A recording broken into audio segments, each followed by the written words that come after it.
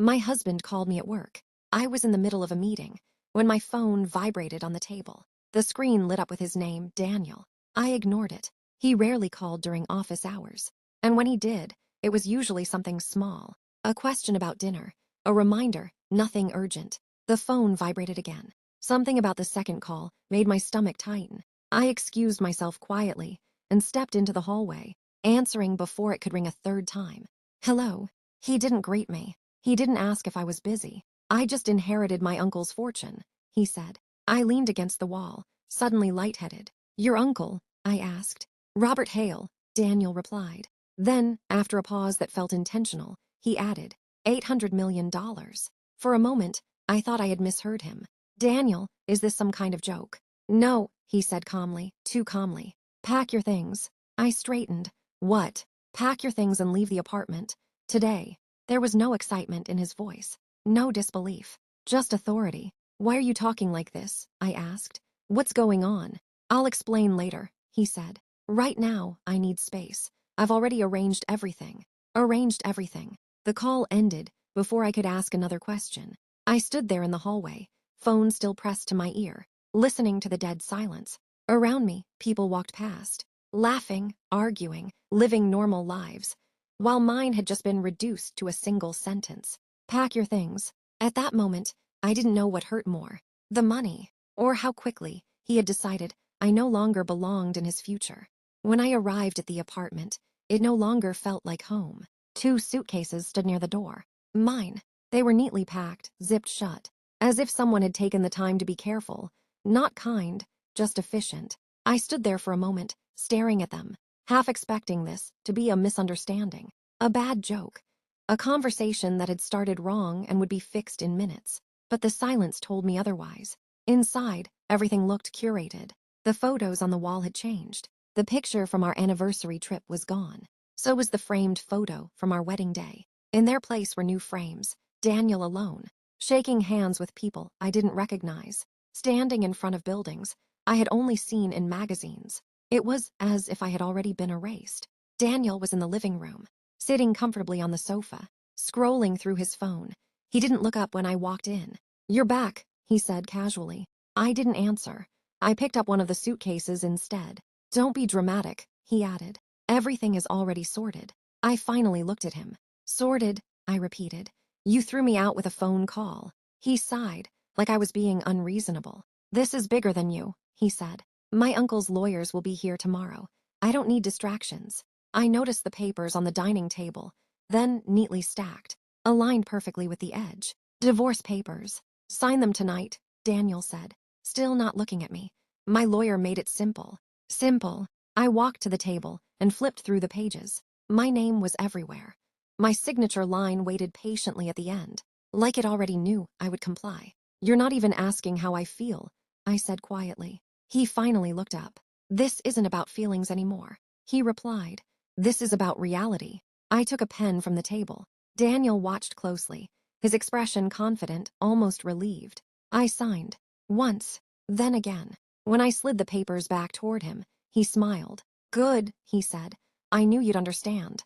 I picked up my purse, turned toward the door and paused. Congratulations on the inheritance, I said calmly. Daniel laughed. It wasn't a nervous laugh. It was the laugh of a man who believed he had already won, and I let him believe it.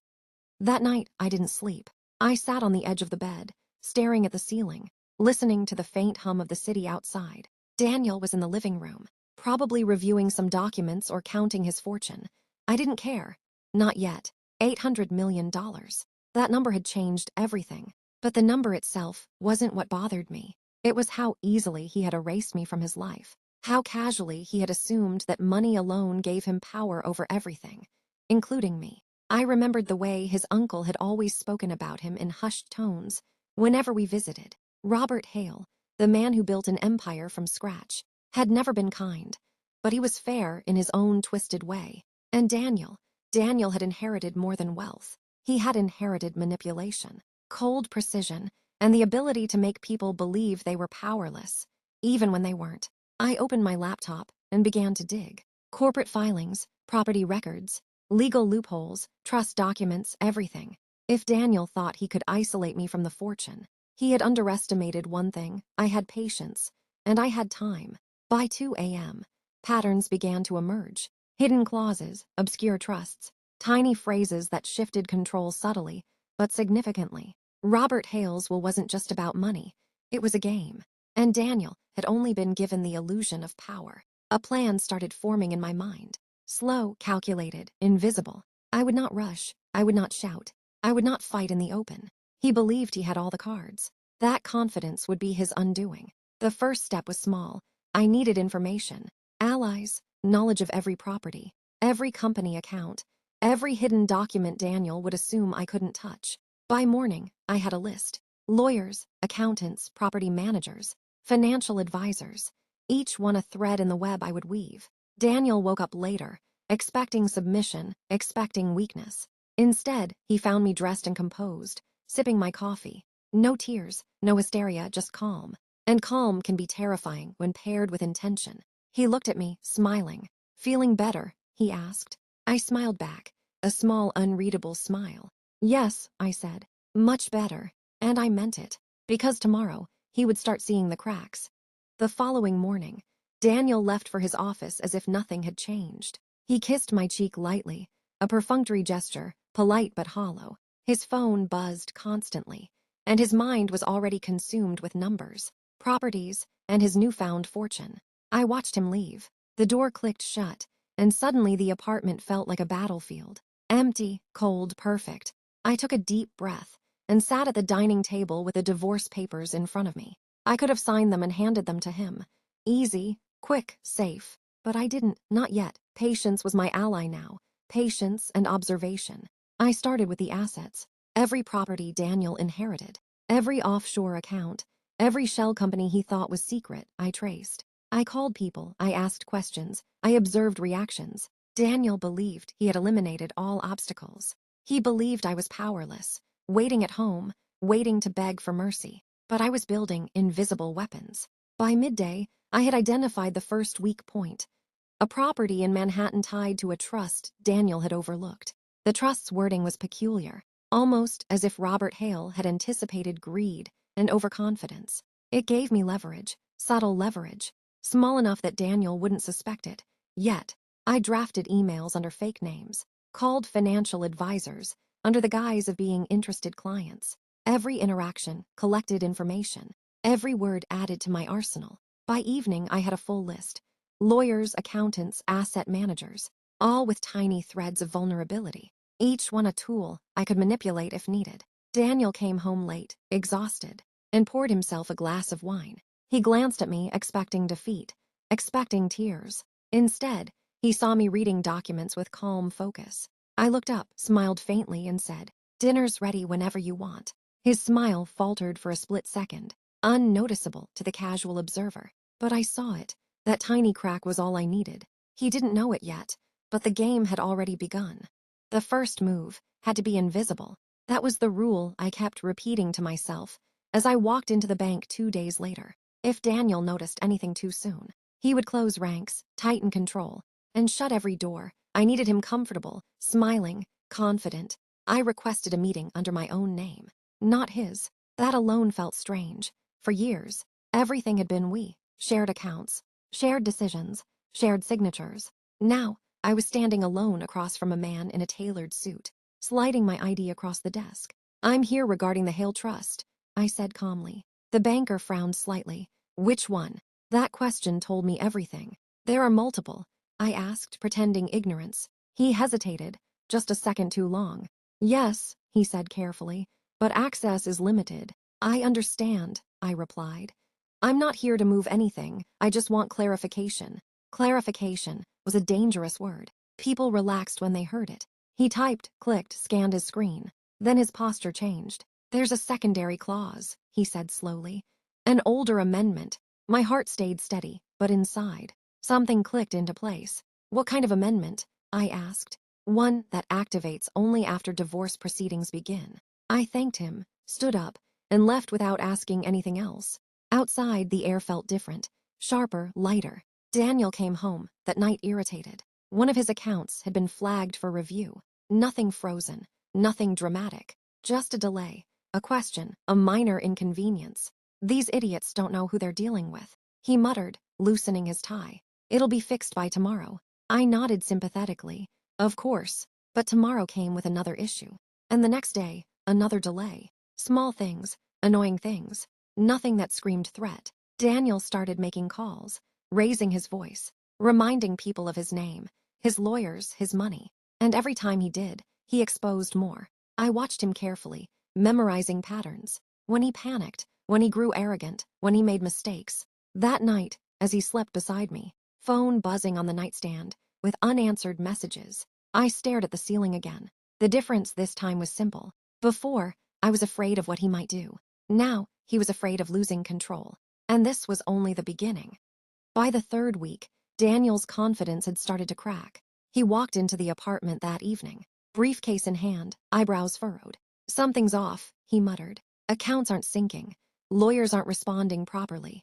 Someone's leaking information. I didn't flinch. I was in the kitchen, chopping vegetables for dinner, humming softly. Maybe you should rest, I said casually. Stress can make people paranoid. He froze, staring at me for a fraction of a second, then shook his head and laughed. Paranoid? No, just cautious. Can't be too careful with this much money. I smiled faintly, calm, controlled. Inside, I was already planning the next moves. Daniel had one fatal flaw. He assumed that anyone outside his circle, anyone at all, was incapable of thinking independently. That made him careless. That made him predictable. I began attending small meetings under aliases, asking questions, and subtly shifting certain decisions that affected his companies. Nothing overt, nothing traceable, just tiny adjustments that added stress and confusion. By the end of the week, his team was on edge. His financial advisors were making mistakes they never made before. Minor errors, yes, but enough to shake confidence, enough to start whispers. And Daniel came home each evening, tense, agitated, muttering to himself. I don't know who's behind this, he said one night, pacing. Someone's moving pieces I didn't authorize. I need to find them. I leaned against the counter, pretending to tie my apron. Yes, someone must be trying to sabotage you, I said softly. And you don't even know who it is. He glanced at me, suspicion flickering briefly, but he shook his head. No, not you, he said. I know you. You wouldn't interfere. A tiny smile curved on my lips. Exactly. He didn't suspect me, and that was my advantage. It was Friday when the first real blow landed. Daniel strode into the apartment, visibly exhausted, slamming his briefcase onto the coffee table. Everything's a mess, he shouted, pacing. Some of the properties are under legal hold. Banks are calling, accounts aren't accessible, and no one knows why. I didn't react. I was sitting calmly on the sofa, sipping tea, scrolling through some old emails. He stopped mid-step and glared at me. Did you do something? I looked up slowly. Do what? I asked innocently. I've been at home, preparing dinner. Daniel let out a bitter laugh, pacing again. No, it's not you, not yet. But someone is working against me. My own team. My own fortune is slipping. I said nothing, just watched, calm, composed. Inside, I was already calculating the next moves. Every panic, every shouted order, every careless decision he made now became another thread I could pull. That night, as he went through emails again, trying to find the problem, I took out my notebook. The notes were simple. Bank delays, lever it. Legal ambiguities, right arrow pressure. Advisors unsure, manipulate. Daniel unaware, my advantage. By the weekend, minor disruptions escalated. Transactions that should have cleared in hours were held for days. Staff miscommunications became emergencies. He was drowning in chaos he couldn't understand, and he still believed it was random. That's when I realized fear was starting to grow in him. Not full-blown terror yet, but irritation, anxiety, and that dangerous confidence crackling under the surface. He looked at me one evening, after storming out of his study, running a hand through his hair. Something's happening, and I don't know how to fix it. I smiled faintly, my eyes soft but unreadable. Yes, I said, something is happening, and I meant it. The first taste of consequence had reached him, and it had begun quietly, perfectly, invisibly.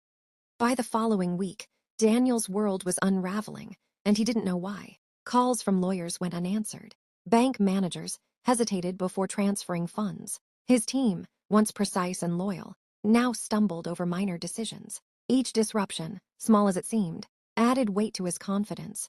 and he blamed everyone except me. I continued my quiet surveillance, making subtle inquiries under aliases, watching how people reacted to Daniel's growing desperation. Each conversation, each hesitation, each accidental disclosure was a seed I planted for later. That evening, Daniel sat across from me at dinner, his fingers drumming impatiently on the table. "You know," he began slowly, as if trying to read me. "Something is happening. I can feel it. Everyone's against me. Advisors, banks, lawyers, they're all hiding something." I poured him a glass of wine, handing it over with a polite smile. "Perhaps they're just overwhelmed. 800 million is a lot to manage." He stared at me, suspicion flickering. "I don't think so," he muttered. "It's too precise. Someone is orchestrating it, I just don't know who." The irony made my chest tighten, not with fear, but with quiet satisfaction. He still believed he was untouchable. He still believed the disruption was external. The next morning, I made my first overt move, a transfer under my name. Small, insignificant enough to avoid triggering alarms, but it sent ripples through Daniel's network. By the afternoon, subtle chaos had multiplied. Managers emailed panicked messages. Accounts flagged themselves automatically. Legal teams debated clauses they hadn't considered. Daniel's confidence cracked further. He spent hours on calls, his voice rising, gestures sharp. And through it all, I remained calm, efficient, untouchable. That night, as he stormed past me toward his study, muttering curses and demands, I finally allowed myself a small smile. He believed he was controlling the situation, but in reality, every move he made was playing into my hands, and the game had only just begun.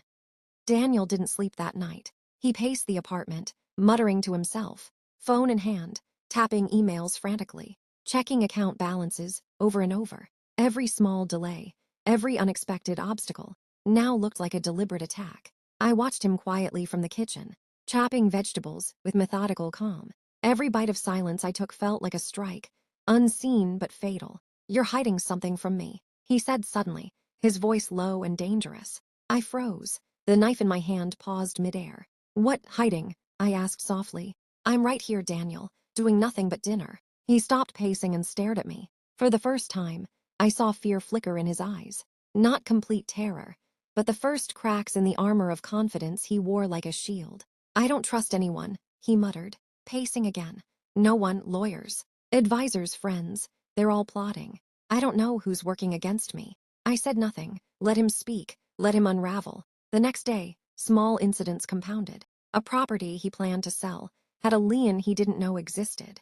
A bank transfer delayed due to a minor compliance issue that I had intentionally triggered. A lawyer's miscommunication that forced him to spend hours on calls he couldn't skip. He started keeping records obsessively. Notes, charts, timelines, paranoia building. His mind racing faster than it ever had. That evening, he came into the living room, eyes bloodshot.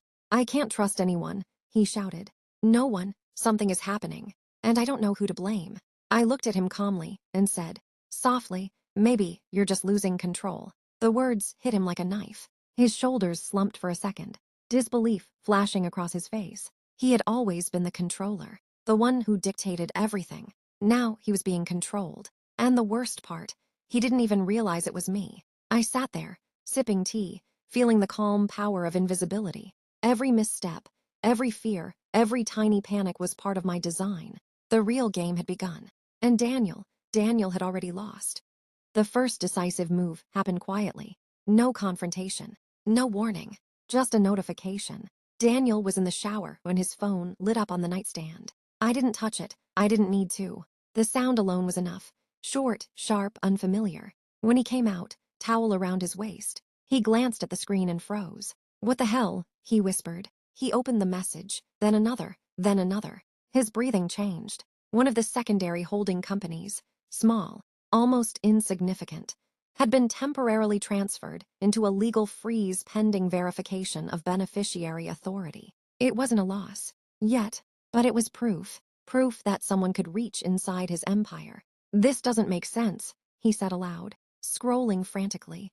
"That company isn't even active. No one knows about it." I looked up from the couch. "Maybe your uncle did." The room went quiet. Daniel turned toward me slowly, eyes narrowing. "What did you say?" I shrugged lightly. "Robert was careful. You said that yourself. Maybe he planned for complications. For the first time since the inheritance, he didn't argue. Instead, he sat down hard on the edge of the bed, rubbing his face with both hands. I checked everything, he muttered. Every clause, every account. There's no way anyone else should have access. I crossed my legs calm, observing. Unless, I said softly, access doesn't come from money. He looked up sharply. What does that mean? I met his eyes and held them, just long enough to unsettle him. Sometimes, I said, control comes from timing. That night, Daniel made his first real mistake. He called his lawyer, on speaker. I listened quietly as the lawyer spoke, voice cautious, measured. There's an old contingency structure, tied to marital status, the lawyer said. It's rare, but if divorce proceedings are initiated before full consolidation. Before what? Daniel snapped. Before consolidation, the lawyer repeated. Certain permissions remained flexible. Daniel's face drained of color. Flexible. He ended the call abruptly. Then he looked at me. Not with anger. Not yet. With something worse. Suspicion. How long have you known? He asked slowly. I tilted my head. Known what? His jaw tightened. About any of this. I stood up, smoothing my sleeve. Calm, controlled. I didn't know anything, I said truthfully. I just paid attention. He stared at me like he was seeing me for the first time. That was the moment he realized the danger wasn't in the banks. Not in the lawyers. Not in the shadows. It was standing right in front of him. And it was too late to pretend otherwise. Daniel changed tactics the next morning. The anger was gone. The sharp tone. The accusations. Instead, he made breakfast. It would have looked almost normal to an outsider. Coffee brewed, toast on the counter. He even asked if I wanted eggs. That's when I knew he was afraid. You look tired, he said gently, sliding a cup toward me.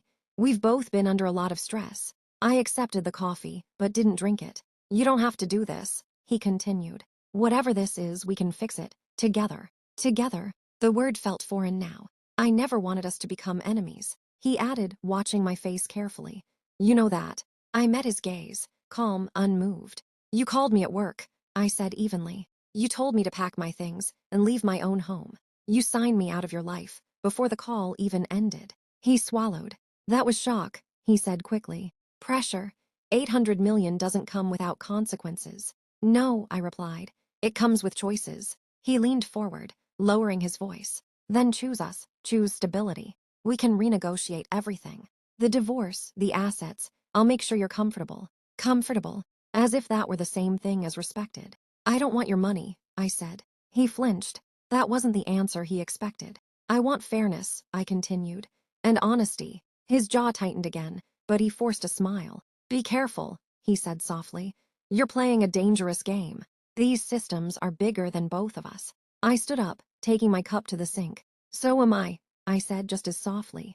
That afternoon, Daniel tried something else. He canceled meetings, delayed calls, created artificial urgency. He wanted to destabilize me now, to make me react. But I didn't. Instead, I received an email. One sentence, no greeting. The contingency clause is active. Proceed when ready. Daniel came home late that night, eyes dark, voice tight. You think you're winning, he said. But you don't understand what happens when people like me lose control. I looked at him for a long moment. Then I said the truth. I understand perfectly. That's why I waited. Silence filled the room.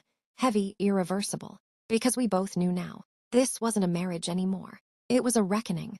The clause didn't announce itself.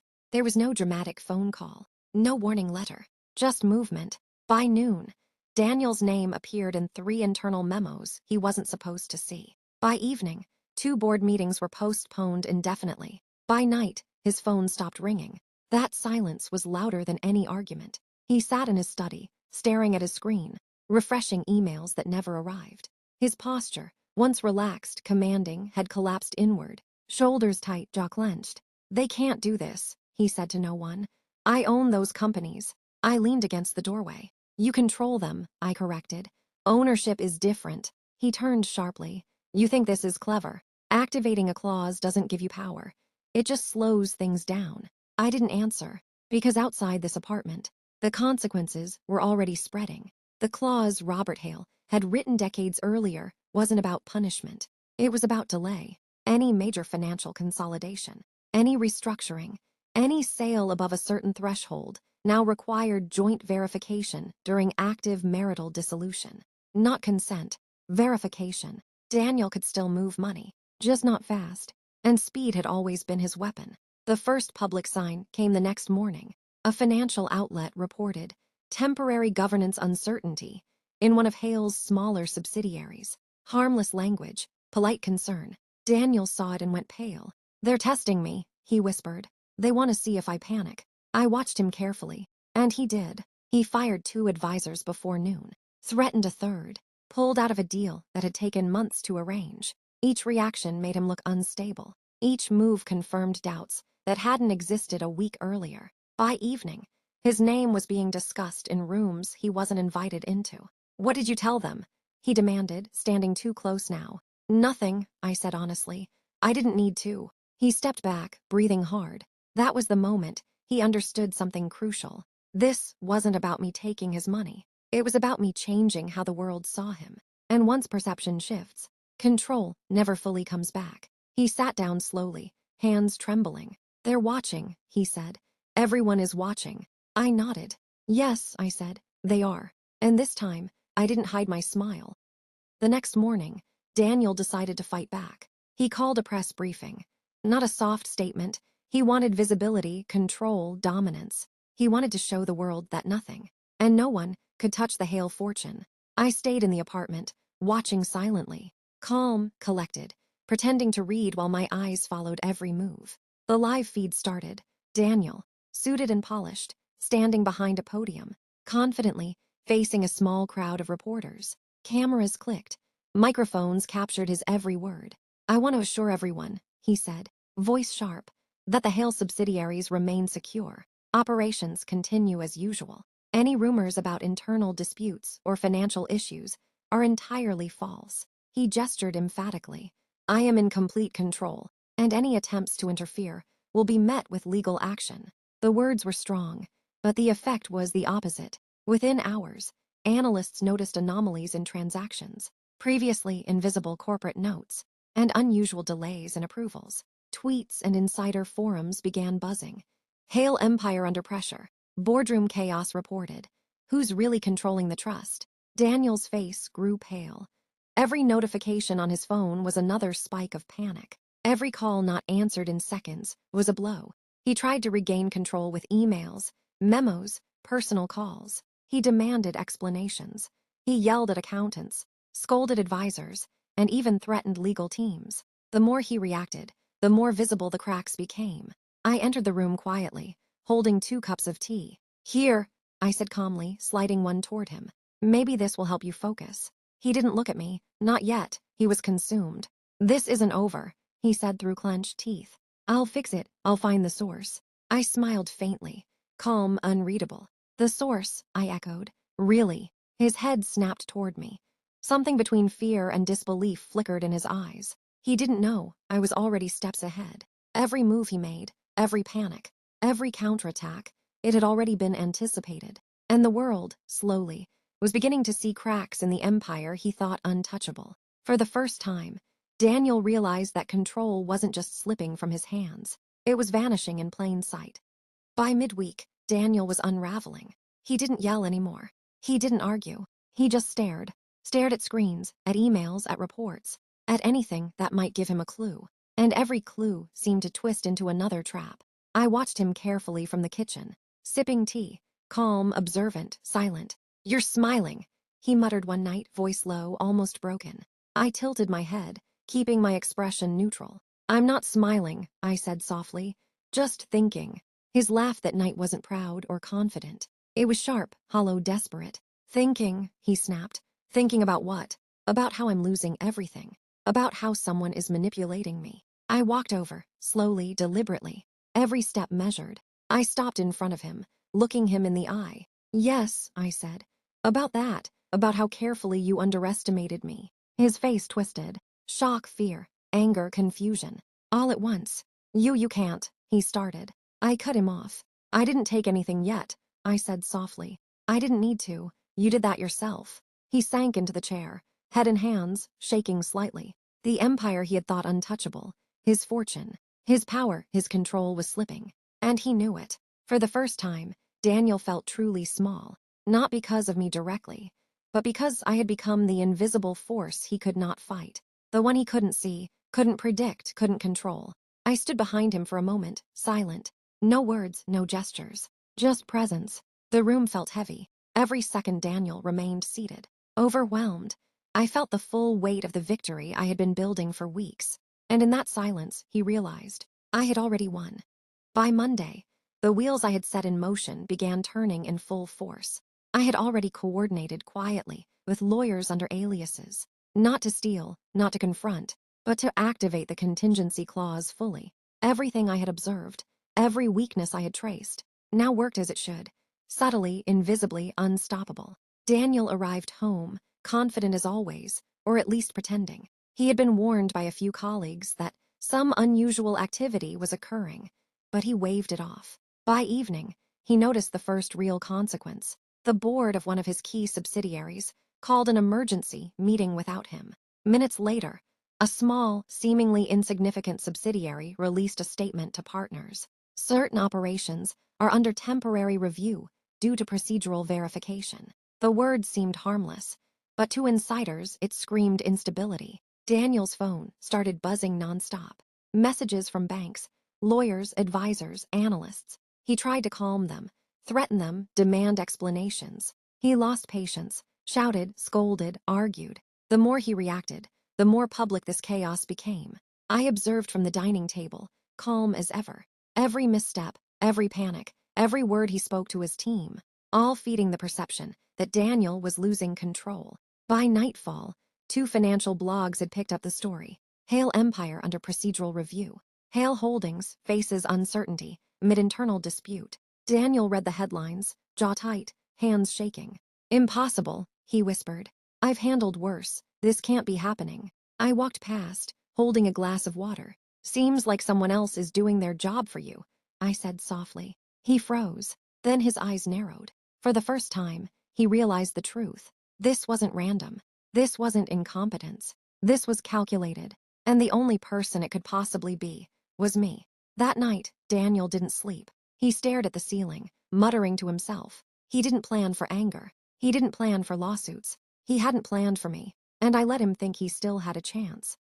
By Wednesday, Daniel was frantic. He had tried to contact every lawyer, every advisor, every financial manager. He demanded explanations, sent emails in all caps, called frantic meetings. Nothing worked. Every channel was already preemptively blocked or guided by actions I had orchestrated. He stormed into the apartment that evening, hair disheveled, eyes bloodshot, phone in one hand, documents in the other. I don't understand, he shouted. How is this happening? Who is behind this chaos? I walked calmly into the room, closing the door behind me. Daniel, I said softly, almost soothing. You've been blind to it all along. Blind, he barked. This isn't blind. This is sabotage. Someone is destroying everything I built. I didn't answer. I let him pace. Let him scream. Let him expose himself to the panic I had been cultivating for weeks. Finally, he slammed the documents onto the table, rattling pens and paper. They're calling me. My lawyers are calling. The banks, everything's frozen temporarily. And I can't fix it. I poured a glass of wine and offered it to him. Maybe you should calm down, I said softly. Drink something, think clearly. His face twisted in disbelief. How can you be so calm? Don't you care about anything? I care, I said. I care about fairness. About what is mine. About what you tried to take for granted. Daniel sank into the chair, exhausted, defeated, not physically but emotionally. The empire he had wielded like a weapon now felt like a trap. And he couldn't escape. And in that moment, he understood the harshest truth. The problem wasn't money. The problem wasn't the lawyers, the banks, or the media. The problem was me. And he had no idea how far I was willing to go. The room was silent for a long minute. Only the ticking of the clock and the faint hum of the city outside filled the space. I took a sip of wine, smiling faintly, calm and controlled. The game had shifted completely. Daniel's confidence, arrogance, and control, all gone. And I hadn't even started my next move. By the weekend, Daniel's world was crumbling in plain sight. The media wasn't reporting chaos. It was reporting him. Headlines screamed subtle truths. Hale Holdings faces temporary governance issues. Boardroom tensions at Hale Empire.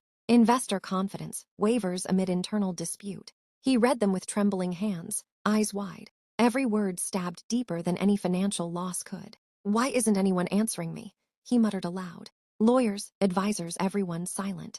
I entered the room silently, leaning against the doorframe. Calm, observant, in control. They're not silent, I said softly. They're just waiting, waiting for the rules to play out. Daniel stared. Something in his eyes flickered, fear, panic, recognition. For God's sake, who? He whispered. Who is behind this? I walked slowly toward him. Don't you see? I said quietly. It's not them, it's me. You ignored me. You underestimated me. And now, I control the pace, the rules, the outcome. He slumped into the chair, jaw clenched, fists tight. I can't believe this, he muttered. I've lost everything. I shook my head. You haven't lost anything yet. You're still breathing, still standing.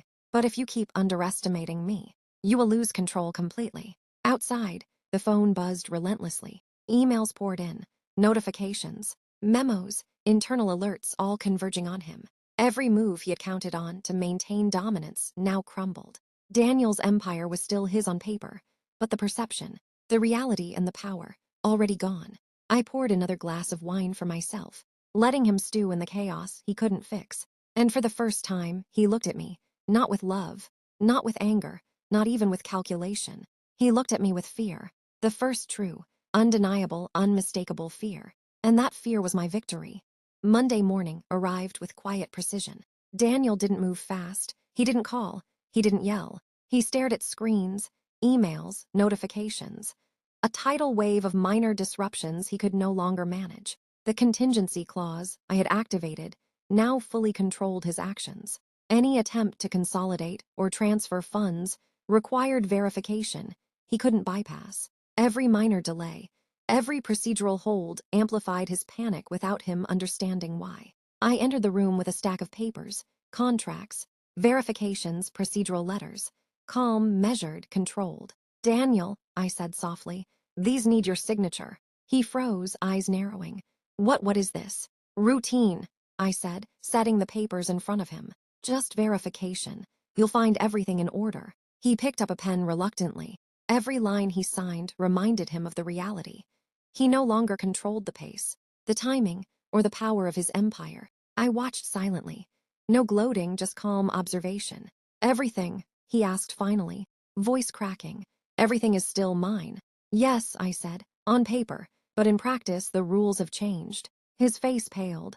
His hand shook slightly. He had thought money was power. He had thought control was his alone. He had forgotten one thing: rules, timing, and strategy mattered more than wealth. By midday, calls started coming in again, but this time not from him. Investors, advisors, and banks were now responding to the pace I had set. Every move carefully controlled, every reaction anticipated. Daniel tried to intervene, tried to force action. Each attempt only slowed him further. Each shouted order exposed him more. Every misstep cemented the reality. He was no longer in command. I poured myself a glass of wine and leaned back. Calm, observant, victorious. He looked at me defeated, eyes wide, chest tight. No words, no threats, nothing left. For the first time in his life, Daniel understood. Control isn't given by inheritance. Control isn't bought with money. Control is earned. And if underestimated, it can be taken silently, invisibly, completely. And I had taken it. By Thursday, the empire Daniel had inherited was in visible disarray. It wasn't dramatic. There were no explosions, no headlines screaming disaster, just subtle, undeniable cracks, delayed approvals, hesitant advisors, minor regulatory hiccups. To the outside world, it seemed like small chaos, but Daniel felt it in every breath, every step, every conversation. He didn't sleep, didn't eat properly, didn't speak except to demand answers. Each unanswered call, each delayed transfer, each procedural hold chipped away at his confidence. I moved through the apartment like a shadow, quiet, controlled, untouchable. He would look at me sometimes, panic flickering in his eyes, and I would smile faintly. Why are you doing this? He whispered one night, voice low, trembling. I didn't answer immediately. I let him stew in the uncertainty of my calm. I'm not taking anything you earned, I finally said. I'm just restoring balance and teaching a lesson you'll never forget. His hands trembled. He had no words left. All the power he thought he had vanished. All the control he assumed he owned, gone. By the end of the week, the board of directors, lawyers, and financial advisors were all waiting for instructions. But they weren't waiting for him. They were waiting for me. Daniel sat at the edge of the sofa, jaw tight, eyes wide. He had inherited billions, but he had lost the one thing money could never buy: dominance, control, respect. I poured myself a glass of wine and sat across from him. "Welcome," I said softly, "to reality." For the first time, he saw it clearly. This wasn't just about money. It wasn't just about inheritance. It wasn't even about power. It was about who you underestimate. And I had won, silently, completely, and irrevocably. The days that followed were quiet. No shouting, no panic, no desperate calls. Daniel moved through the apartment like a man carrying invisible chains. His empire still existed, his fortune still immense, but he had learned a lesson money could never teach. I sat at the dining table one morning, sunlight filtering through the windows, sipping coffee, calm, controlled, observant. Daniel approached slowly, avoiding my gaze. I understand now," he whispered. The arrogance, the pride, the certainty, it was gone, replaced by humility, fear, and quiet respect. "I underestimated you," he said softly. "I thought inheritance meant power. I thought money could fix everything. I thought I controlled everything." I smiled faintly. "You were wrong," I said. "Control isn't inherited. Control isn't bought. Control is earned. And sometimes, it's taken quietly, invisibly, completely." He nodded slowly, finally meeting my eyes. No words left to argue, no plans left to defy. Just the weight of reality. I set my coffee down and leaned back. The empire that Daniel had thought invincible was still his. But the perception, the influence, the true power, it was mine. The game was over, and I had won. Silently, calmly, perfectly. The lesson was clear. Never underestimate someone who observes, plans, and waits. Never assume that money alone grants control. And never forget that sometimes the quietest moves create the loudest impact. Daniel sat there silent, defeated, awed. And for the first time, I allowed myself a small smile. Not of gloating, not of malice, but of victory. The empire remained, the fortune remained, but the balance of power had shifted irrevocably. And in that quiet apartment, under the soft light of afternoon, I finally felt it. Peace, because I had won completely.